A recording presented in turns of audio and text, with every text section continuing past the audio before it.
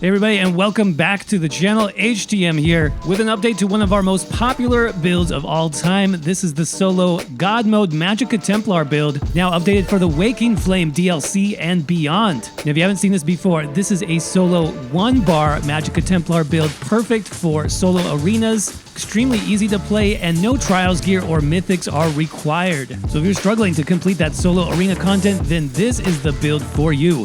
Solo Magicka Templar God mode update. Let's get started.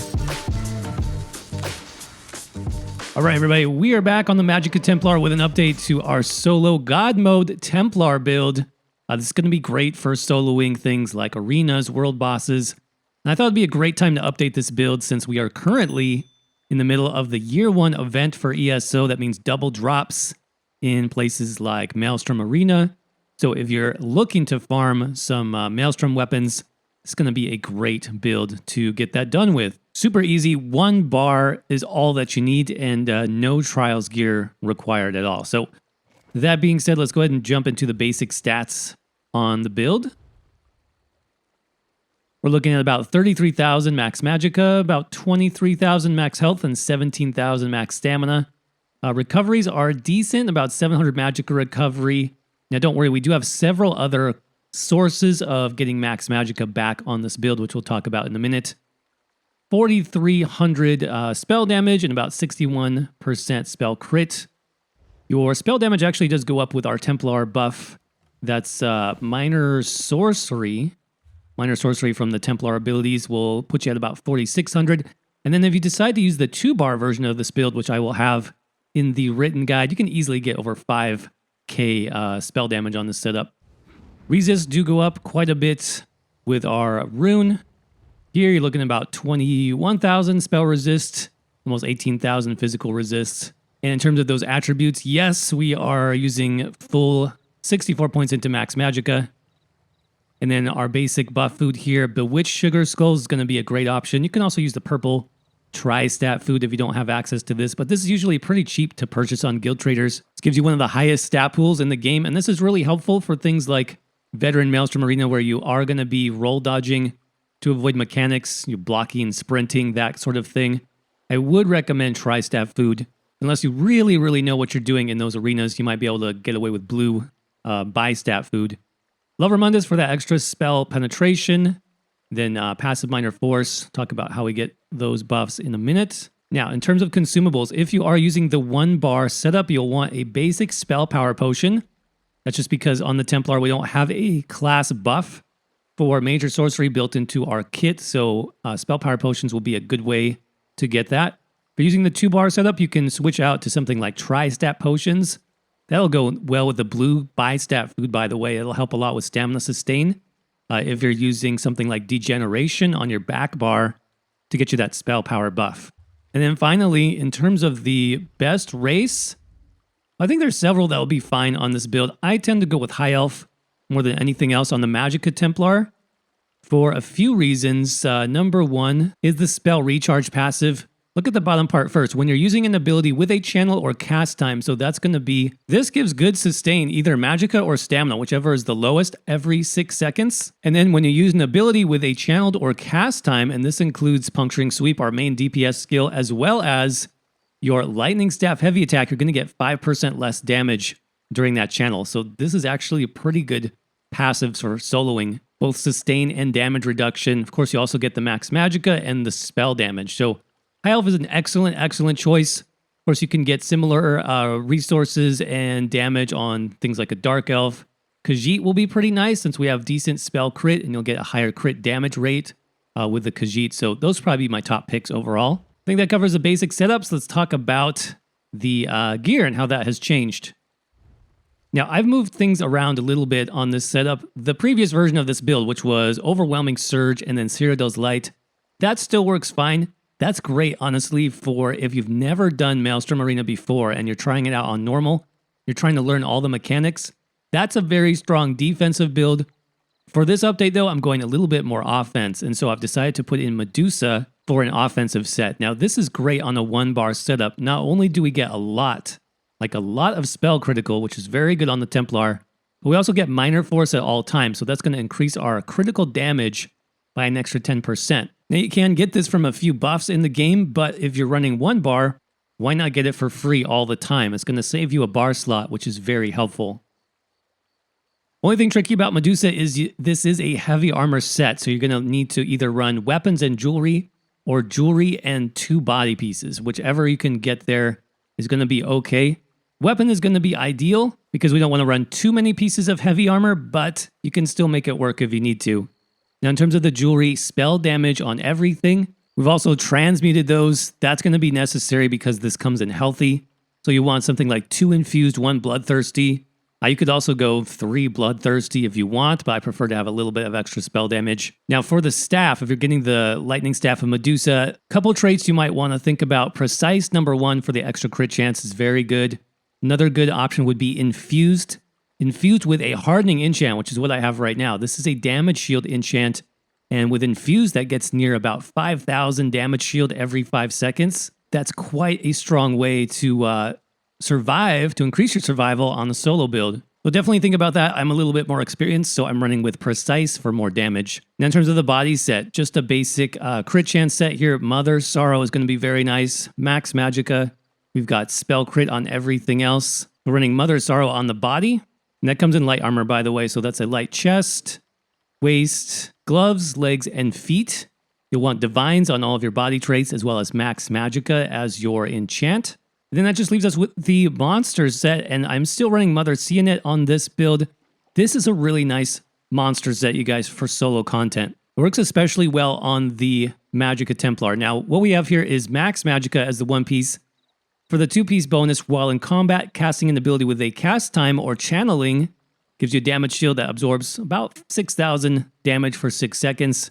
When the damage shield breaks, you get bonus Magicka back with a 6-second cooldown. So the reason why this is so nice on the Magicka Templar, as I've said before, we have the channeled ability Puncturing Sweeps. This also procs very easily off a Lightning Staff heavy attack. And this is free survival, you guys. This is a free damage shield, which is very helpful with Maelstrom Arena or other arenas in the game, where we also have a damage shield enchant on our Lightning Staff itself. So you're basically getting double damage shields by just a simple heavy attack. Now for the Waking Flame DLC, you want to start experimenting a little bit with different weights. And the reason why is we'll see this in the passive skills section, but medium armor actually has some benefits now for Magicka builds, specifically extra spell damage and extra crit damage and healing, which is really nice on a Magicka Templar. So I'm actually running 2 pieces of medium. So this build is 5 light and 2 medium. Of course, the medium is on the monster set. Now, if you can get it, Divines will be the ideal trait, and then Max Magicka, like we said, on everything. Now, this is just the setup that I am using. I have several alternate versions over in the written guide, hacktheminotaur.com. Link will be in the description if you want to see the alternate setups, as well as the previous version of this build. But there we go. That is the simple 1-bar setup. Let's go ahead and jump into the skills next. Talk about what we are running. So first of all, you want some extra protection from a damage shield that you can cast anytime, whenever you need it. This is especially important in solo arenas like Maelstrom, where you'll have random mechanics that can damage you, like 1 or 2 shot you. Having that extra protection is essential. So we get a nice shield from this. This does require 5 pieces of light armor, okay? So that means if you're running Medusa on the body, make sure you're running only 2 pieces of heavy Medusa and everything else is light in order to use this ability. It's a very strong skill. This does come from the light armor skill line, by the way. So that's right here, and I prefer the Dampened Magic Morph because it does have a larger shield size. Next up, we have our main dot, which is going to be Vampire's Bane. This comes from the Dawn's Wrath skill line. That's your first ability here. You can see it does very solid damage over time. You also get some nice passive bonuses for running this, cheap to cast, and this is just good solid damage for you. A lot of times in arenas, you'll be dodging, you'll be blocking, you're doing all those mechanics, right? And you still want damage to be ticking away on the boss. So Vampire's Bane is a very good option for that. In addition to that, we've got Explosive Charge. This comes from Adric's Spear. It's our third ability here, and this is essential just for mobility, for the gap close, since Magicka Templar is primarily a melee-based class, but also the interrupting. Enemies that are hit with this while casting are instantly interrupted, they're set off balance, and they're stunned for 3 seconds. So the ability to off-balance and stun casters is really, really helpful. Remember, you can hit off-balance enemies with a heavy attack for even more resource sustain. That's why you don't really need a lot of Magicka recovery on this build. Those off-balance heavy attacks are just huge when it comes to getting magic back. And again, the interrupt is so important. Certain mechanics must be interrupted in places like Maelstrom Arena. Next up, main DPS bread and butter skill is Puncturing Sweep, of course. This does good AoE damage. It also heals us for 40% of the damage done. Super strong ability. The fact that you can hit multiple targets and it's constantly healing you is basically invincibility mode. You saw that we have 3 damage shields. We have 1 from our skills. We have 2 from our sets and glyphs.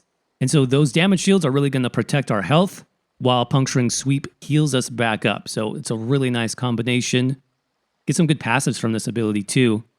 Then finally, for that extra armor and sustain, we've got Channeled Focus. This comes from Restoring Light. That's the last ability here. You will want Channeled Focus, which is the Magicka Morph. This has changed recently. It used to give you bonus armor beyond the Major Resolve. Now it just gives you Major Resolve and the healing while you're standing in it, which I actually kind of prefer it now. Especially on this build, I can shield up. And then I have all that passive healing that's coming underneath me. This is going to be nice for just keeping our health topped off since we don't really have a burst heal on the 1-bar setup. Of course, you also get the extra Magicka sustain. That's another reason why we're running this. 242 Magicka every 1 second. This actually does not show up on your stats sheet, but you are getting it. So it's a good sustain tool as well. And finally, for our ultimate ability on this setup, Thunderous Rage comes from the Destruction Staff ability. So that's using the Lightning Staff with the Elemental Rage ultimate. Tons of damage over time. The Lightning Staff does make it last a little bit longer, 2 seconds longer from using a Lightning Staff, which is pretty nice as well.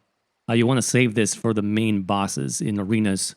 So there you go. That is the skills. Let's jump into the passives next, starting with our class passives. Very important stuff here, especially in Adric's Spear. Piercing Spear increases your critical damage by 10%. So this is why it makes so much sense to focus on your crit chance as a Magicka Templar, or even a Stamina Templar for that matter. You get 10% bonus critical damage done for free as long as you're slotting one of these abilities. And of course, we're slotting 2 on this setup. So extra crit damage is good. Make sure you get that one. Spear Wall as well. Extra defense, so minor protection for 6 seconds. This reduces your damage taken by 5%. That's very good as well. Burning Light gives you some extra magic damage when you're applying those sweeps. And then Balance Warrior has been updated. This now gives you spell damage. That's new. And it also gives you physical and spell resistance. So all these passives are essential. They make your build very strong. Make sure you get those as soon as possible. Dawn's Wrath as well has some very good passives here. Enduring Rays is going to increase the duration of that Vampire's Bane. Prism gives you ultimate back. Illuminate, we looked at this. Minor sorcery, when you cast one of these abilities, we're going to be using Vampire's Bane. That gives us an extra 10% spell damage on top of what we already have. And then Restoring Spirit reduces the cost of all our abilities by 5%. So again, Templar class passives, just so good. You want to get all of those. Restoring Light is a little bit more group focused. So for a arena build, you won't benefit from all of these. Mending, I think this might affect the heal from Channeled Focus, so I would probably get it anyways. Sacred Ground is actually quite good. The minor mending for standing in that Sacred Ground. You can see the green buff there on my character. That's more bonus healing while I'm standing in the circle. That's a big thing that you want to make sure you get. And then Lightweaver, we're not really using this, or Master Ritualist. You could save some points here if you're only soloing arenas on this build. But then in terms of your weapon passes, we're only using one weapon, right? The Destruction Staff. Main ones here would be like Tri-Focus. This turns Lightning Staff heavy attacks into AoE damage. You damage all nearby enemies for 100% of the damage done. That's very important. And then Armor's passes, we can look at this a little bit. I have another video on this if you haven't checked it out. Check my recent videos where we talked about the armor passive changes coming in Update 31. As far as light armor goes, it's still good. It's still really strong. You still get cost reduction and Magicka recovery. You still get spell critical and spell penetration, which is really good. But then medium armor now has some more hybrid Bonuses, for example, dexterity actually changed. This is giving you increased critical damage and healing, 2% per medium piece. This is why I decided to run a couple of medium pieces this patch. And then actually agility is now giving us spell damage. So we're getting a bonus 4% spell damage from the agility passive. So those would be the main two there. Heavy armor, you can max these out if you're using Medusa on the body. You'll get some extra health and armor and health recovery. It's actually pretty good. In terms of guild passives, we're not using many guild skills, at least not on the 1-bar setup. So you can ignore most of these. Undaunted, though, it's going to be good on this build. Undaunted Metal is going to give you 4% max health, stamina, and magicka. Racial skills, yes, of course, you'll want all of those. And then alchemy, you'll want the medicinal use passive to make those potions last the full duration possible. Let's jump into champion points next, starting with the green tree. Got my typical green craft CP setup here. So Gilded Fingers and Steed's Blessing, you'll usually start there, then work your way up. I like to get Steadfast Enchantment as soon as possible. This makes those weapon enchants last a little bit longer. Treasure Hunter for dungeons and overland treasure chests makes those items of better quality. Then Rationer for the extra food duration, and then Liquid Efficiency. This helps you to not consume a potion. Those will be my main green slotted stars there. By the way, I will have in the written guide different loadouts for 300, 600, 900, and 1200 champion points. So if you're not at max CP yet, go ahead and check out the written guide. It'll give you kind of a progression to go through. In the blue tree, we're going to start as usual in the middle with Precision for some extra crit chance. Come into Extended Might and then pick up Piercing for the extra penetration. And then right away go into your damage stars over on the right. I would pick up Biting Aura first. So this is going to buff your Puncturing Sweep by 10%. Also Master Arms, since Puncturing Sweep is direct damage, you'll get an additional 10% buff through this CP star. Keep in mind, the more damage that your sweeps does, the more healing you get back. So you'll get a nice boost through both of these.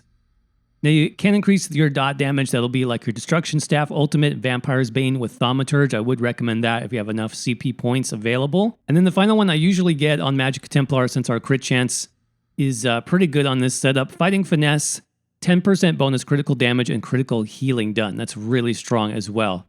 So those are your 4 slotted stars.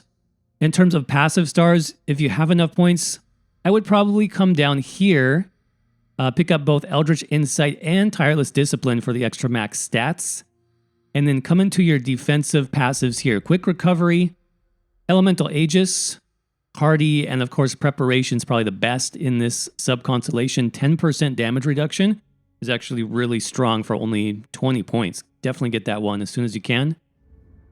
If you have anything left over, then you have some extra offensive passives here.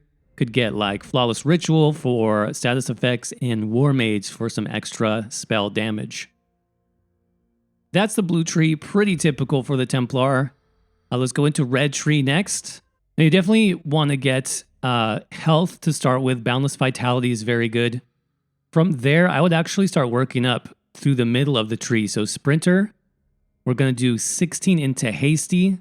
This is now a sub-constellation in Update 31 or the Waking Flame DLC. Pick the passive here, which is Hasty, then go up into Hero's Vigor. A little bit more max health here is good. And then as soon as possible, get Siphoning Spells. So you saw in the beginning, not a lot of Magicka recovery on this build. That's because you can get 1,500 Magicka back per kill with Siphoning Spells. This is a really good slotted star in the red tree. Very good for arenas, so I would definitely recommend that one. Since we are so focused on damage shields, also pick up Bastion. Bastion's going to boost all of those damage shields, whether it's your light armor skill, whether it's your monster set, whether it's your weapon damage glyph on your staff. All of those will get buffed by 15%, so this is really effective. And then the last one here I got was Fortified for the extra armor. This is kind of optional. I think you can play around with different things, whether you want more recovery, you can get rejuvenation. You can even experiment with some of these new ones. For example, in Wind Chaser, Thrill of the Hunt is actually pretty good for mobility. Major Expedition, you'll get that for 6 seconds after every kill. So like I said, written version, check that out if you want to see more details. 300, 600, 900, and 1200 CP breakdowns are over there. That link will be in the description. Now finally, what is the outfit style that I'm using? Well, it's actually a polymorph. And where is that? Appearance. Polymorph. This is from completing Veteran Maelstrom Arena. So if you're working on that this week, this is called the Maelstrom Baron. So it is a polymorph that you can unlock for completing VMA. All right, everybody, and with that said, that's going to wrap up this update to our solo Magicka Templar build. And if you have any questions, make sure you're checking out the written guide. There is a link for that down in the description and the pinned comment below. In that guide, we'll have alternate skills, including the 2-bar setup listed. We'll have alternate gear set options, champion point setups for 300, 600, 900, 1200 CP, and much, much more. So definitely use that as a resource. Also, I'm thinking about putting together a VMA guide using some of this footage. So keep an eye out for that over the next couple days. With that being said, thank you all so much for watching. I hope you're doing well. Stay safe out there, and I will see you around in the next video.